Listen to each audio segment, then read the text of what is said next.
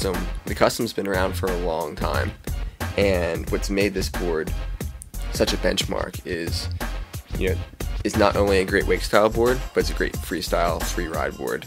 So if you want to hit sliders, but you also want a board that's going to have performance freestyle characteristics, that's where this board's really good.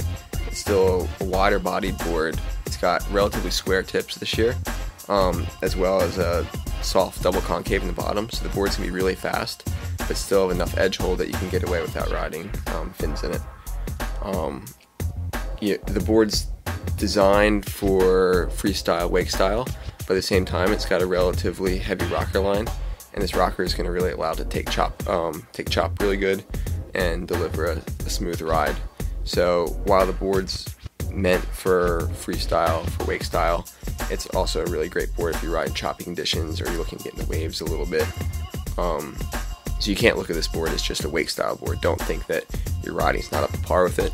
The board actually delivers a lot of great features for a lot of people, and it's probably one of our most underrated boards in the lineup this year.